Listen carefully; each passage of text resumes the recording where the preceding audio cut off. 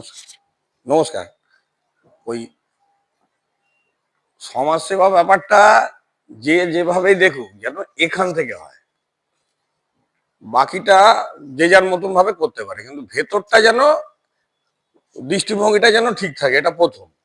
আর আশ্রমের ব্যাপারগুলো আমি বলে দিয়ে, আমি আশ্রমের জাস্ট কর্মী হিসাবে কাজ করি, আমি তেমন কেউ নয় এখানে। আপনি আমি ওই আনন্দমার্গী সেন্টারেও কাজ করেছি, আমি ওই আপনার গোঘাট আশ্রমের সেন্টারেও কাজ করেছি। তো ওখানে আমি প্রত্যেকটা জায়গায় একটা জিনিসই দেখেছি যে অনেকে অনেক কিছু বলে, ভাবে এই করবো এই করবো, লাস্ট অব্দি কিছুটা গিয়ে সব থেমে যায়। তো ওটা যেন চলতে থাকে। হ্যাঁ, মানুষ অত চাপে পড়ে গেল, পিছিয়ে গেল, যেন ওটা যেন ভেঙে বেরিয়ে না আসে। ওটা ধরে থাকতে থাকতে থাকতে থাকতে মোটামুটি একটা জায়গায় পৌঁছতে আমি যতটুকু আমার বয়সে আমি দেখেছি 25 বছর লাগে। যদি 25 বছর লেগে থাকতে পারা যায় তবে হয়তো একটু ফুল ফুটবে, নাহলে কিন্তু আমার মনে হয় সব থেকে যাবে আগাও গোছালো হয়ে। নমস্কার। শঙ্কর বিনা সুদে ঋণ আমরা শুরু করেছি 10 জন নিয়ে, সেটা নিয়ে আমি ছোট্ট করে বলে দিই। আমি ভেবেছিলাম শঙ্করকে দিয়ে বলাবো, সেটা কিছুই না। আমরা 10 জন যদি 200 টাকা করে দিই, 2000 টাকা হয়।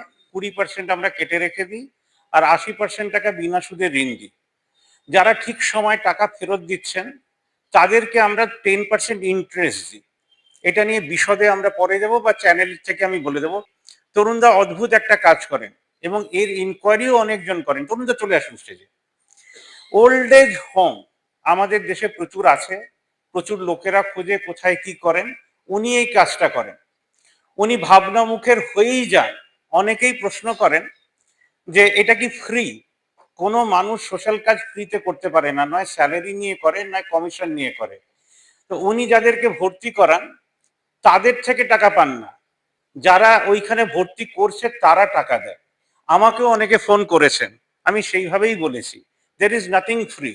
যদি আমি ফ্রিতে কাজ করছি তাহলে অন টিভি আমাকে স্যালারি দিচ্ছে, অন টিভি স্যালারি না দিলে আমাকেও এইভাবেই খেটে খেতে হতো। আমরা সবাই খাটছি পেটের জন্য, কিন্তু মারা যখন যাবেন যত কোটি ইনকাম করে রাখুন, আপনাকে সব এই পৃথিবীতে ছেড়ে যেতে হবে।